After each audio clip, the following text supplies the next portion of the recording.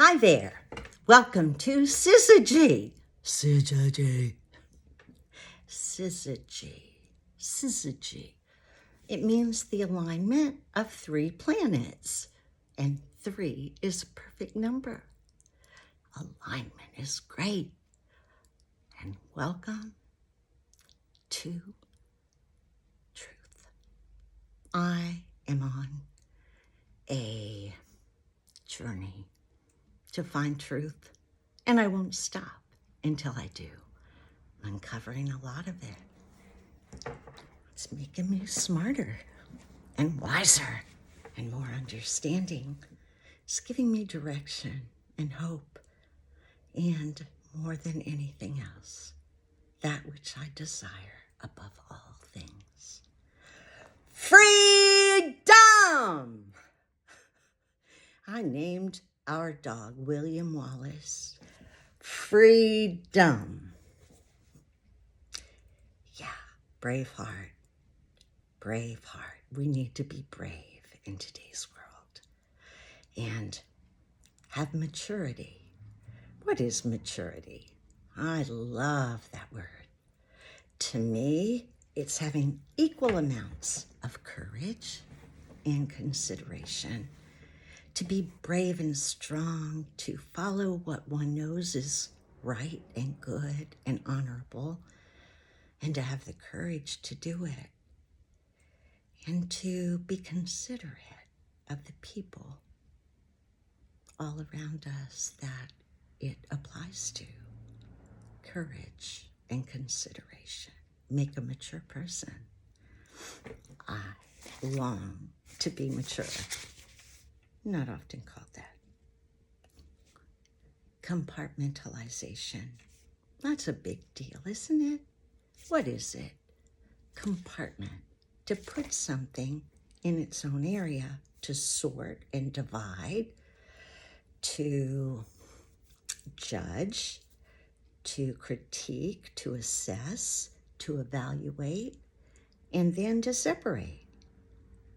Separation can be good at times. But what if the separation fails to benefit the end result? Fails to benefit the whole or come together again as a whole? What if after we compartmentalize and we sort everything out, it never comes back together? That's the challenge.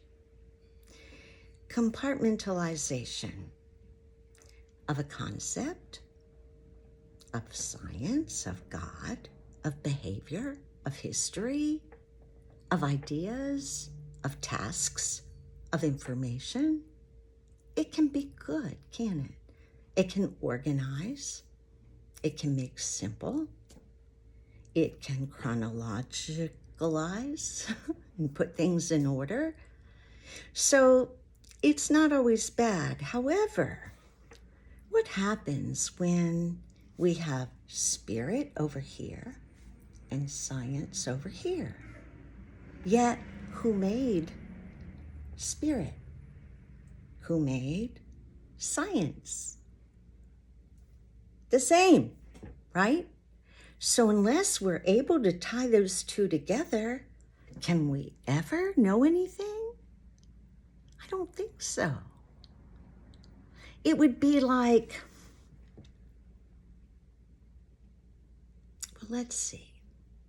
It would be like studying everything about a Republican and thinking that you know about the Democrat, right?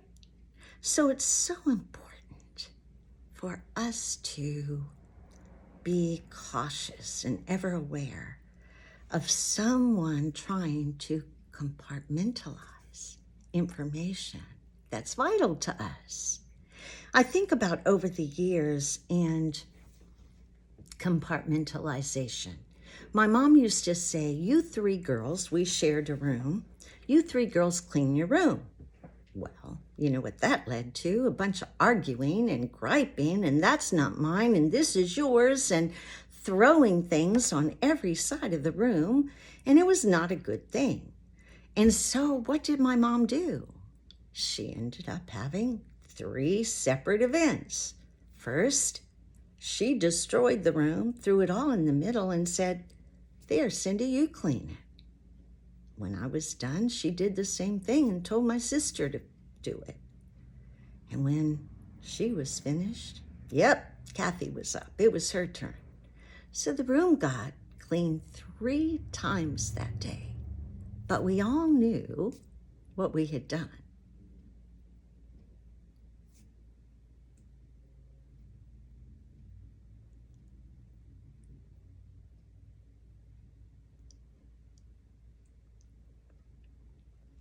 Then I thought about working and how when I first started working, I was a bookkeeper and I did job cost off a key punch machine. And so the little key punch cards we would separate depending on job. If you put them all together, you would know the total expense, but if you separated them, you would know the individual expenses of the job. That was all good when I understand both sides of the equation. But until I understood that it had to reconcile, that all the different jobs had to meet in the middle and amount to the same number as the entire cost, it didn't make much sense to me. I didn't know if I was right or wrong because there was no reconciliation. I love reconciliation. I used to be the master of reconciling bank accounts and trust accounts and would always get them to the penny because I love the challenge of reconciliation. When we divide, it's usually to conquer.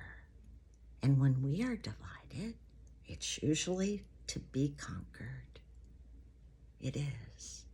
So, what happens when we have anthropology and astronomy and astrology and geophysics and meteorology and paleontology and nuclear physics and electronics and optics and theory and computer science?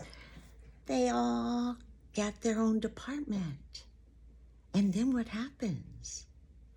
No one has the whole picture.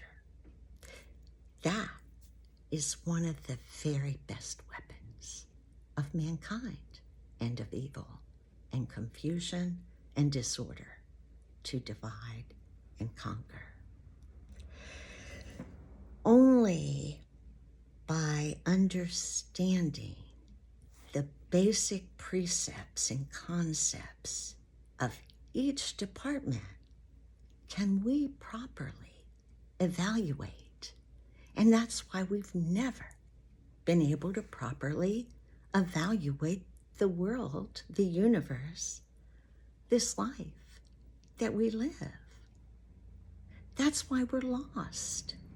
That's why here we are in 2024, and we don't know any more. As a matter of fact, we know less than we did in the 1970s. Now, I'm talking about you and me. Those at the top, they have the big picture. The problem is, those at the top are the ones that divided to conquer. Do you understand? And so, when I was called, spiritually, really called, because I could not turn this project down, when I became passionate about this truth, there was no way to study a part of it. And thank God I found the mentors that I found, beginning with Randall Carlson. Why? I wanted to understand fossils and archaeology, and I found him. Randall is a handsome, older hippie, very much like me, that stood on the side of a hill and noticed that things weren't like he had been told. and he opened his mind and threw out the divisions and the compartments and started looking at geology and geometry and spirituality in one big pot. And it allowed him to figure out some incredible things. And he's still working on that on our behalf today. The next guy I met was Doug Vogt. And in my search for truth, I found him on the internet. And that was weird to begin with because most of my research comes from books. But I was on there one day. I don't trust the internet. I don't. And I found Doug. So I rang him up, which is very unusual for me because I hate the telephone. But I called him and asked him to lunch. And he said yes. And that was the beginning of a great, great journey of truth for me. And that's what I'm here to talk about today. This is part 1, about compartmentalization and how if we ever want truth, we're going to have to stop being divided and conquered. We're going to have to say no to the compartmentalization and open our minds and our brains and embrace this world as it was meant to be. One incredible, beautiful, complicated universe or multiverse in which we know very little, lots less than I ever thought. Newton was quite the guy. He was determined to unite science and God. And believe it or not, in his work, someone found a note that said 2060. He was onto something. Indeed. When Doug started this work, he was really challenged. He had worked on it for years and just wasn't getting anywhere. Like most people, like everybody, just about. The handful of people that understand this world in a complete, comprehensive context are so few, if any. And it's only those that have sought for truth with all their hearts and have not compartmentalized information. Doug was able, for the most part, to locate Mount Sinai. This opened so many doors. What Doug found was that the only way for him to understand the world we live in and to figure out what was truthful and what was not was to get rid of the compartmentalization, number 1, and number 2, to examine his frame of reference. Have you ever worn glasses that don't work? I have a pair. I had cataract surgery, and I found out soon after that my readers don't work anymore because my eyes are different. They worked before my surgery, but they don't work anymore. What lenses are we using?